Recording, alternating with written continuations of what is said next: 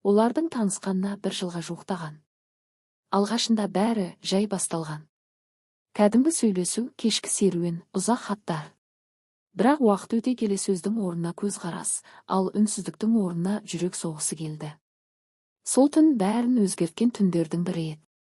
Қаланың шетіндегі шағын пәтер. Терезеден түскен ай сәулесі пердені сызып өтіп бөлмені екіге бөлгендей. Bir шетінде тыныштық, екінші шетінде ішке сыймай тұрған сезім. Дидар диванда отыр. Қолын тізесіне қойып терең ойға кеткен. Ал Аружан еденде дәл қарсысында. Оның отырған қалпының өзінде бір нәзіктік бар. Басындағы ойы да, жүрегіндегі толқыны да көзінен көрініп тұр. Біз осылай қаншаға дейін жүреміз? Деді Дидар үнсіздікті бұзып. Аружан жауап бермеді. Тек иығын сәл қозғап, терең дем алды. Мен қорқамын, деді біраздан соң. Өзімнен қорқамын. Неден? Bir күні өзімді ұстай алмай қалам ба деп. Ол қолын созып Дидардың қолына тигізді де, қайта тартып алды. Сол қысқа ғана тиісу екеуіне де қатты әсер етті. Мен сені құрметтеймін, деді Дидар баяу. Бірақ сен кейде өзің мені әлсіретесің. Аружан жымиды. Ұялшақ, бірақ шынайы күлкі. Мен де өзімді танымай қалдым, деді ол. Бұрын мұнда емеспін деп ойлайтынмын. Ол орнынан тұрып терезеге барды. Сыртқа қарап тұрды. Арқасы Дидарға қараған. Бірақ дәл сол арқаның өзі оны өзіне тартып тұрғандай. Дидар орнынан тұрып артынан жақындады. Қолын иығына қойды. Қатты емес. Жай ғана бар екенін сездіру үшін. Қойшы, деді Аружан сыбырлап. Қазір тоқтамасақ, онда тоқтаймыз, деді Дидар, бірақ қолын алмады. Сол түні олар көп сөйлеспеді. Бірақ бәрін сезді. Бір-бірінің тынысын, жүрек соғысын, ішкі толқынын. Бұл тиіспей-ақ жақындаудың ең ауыр түрі еді. Келесі күндерде оңай болмады. Әр кездесу сынақ. Аружан әдейі сабыр сақтағысы келеді, ал Дидар өзін ұстап қалуға тырысады. Бірде олар саябақта отырды. Күздің иісі сезіледі. Ағаш жапырақтары сыбдырлайды. Егер сен бір күні кетіп қалсаң, деді Аружан кенет. Мен өзімді кешіре алмай қалам ба деп қорқамын. Дидар оған қарады. Ал егер мен кетпесем ше? Онда мен өмір бойы тыныш ұйықтар едім. Бірақ өмір әрқашан жоспарға бағынбайды. Уақыт өте келе Дидардың жұмысы өзгерді.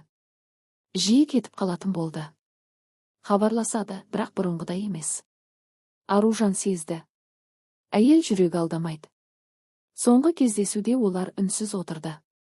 Сөз табылмады. Мен саған сендім, деді Аружан ақырын. Бірақ өзімді жоғалтып алмадым. Соған қуаныштымын. Дидар жауап қатпады. Тек басын изеді. Ол кетті. Ал Аружан қалды. Жылдар өтті. Ол тұрмысқа шықты. Өмірі тыныш болды.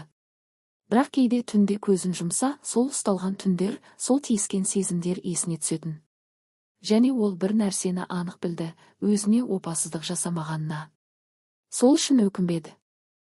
Дидар қаладан кеткенде өзіне өзі, дұрыс дедім. Бәрібір бізге қиын болар еді деп жұбатты. Алғашқы күндері шынымен солай көрінді. Жаңа жұмыс. Жаңа орта. Ешкім өткенді сұрамайды. Ешкім уәден қайда демейді. Уақыт өте ол бір қызбен танысты. Аты Мадина, жақсы адам. Ақылды, сабырлы. Ештеңені терең сұрамайды. Өткенін қазбаламайды. Дидарға дәл осындай тыныштық керек сияқты көрінді. Олар көп ұзамай үйленді. Тойда болды.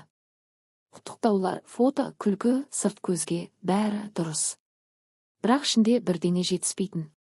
Мадина жанында отырғанда да Дидар кейде ойға кетіп қалатын. Терезеге ұзақ қарап, үндемей не ойлап отырсың? Деп сұрайтын әйелі. Ештеңе дейтін ол. Шын мәнінде ештеңе емес еді.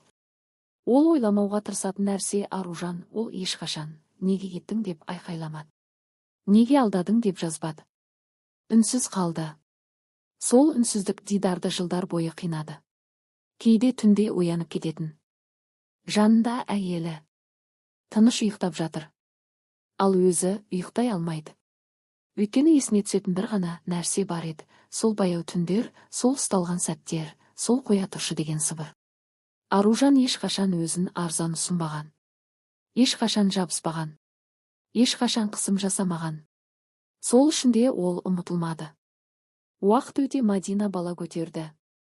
Үйде қуаныш. Жаңа жауапкершілік. Бірақ Дидардың іші бұрынғыдай бос. Ол баласын жақсы көрді.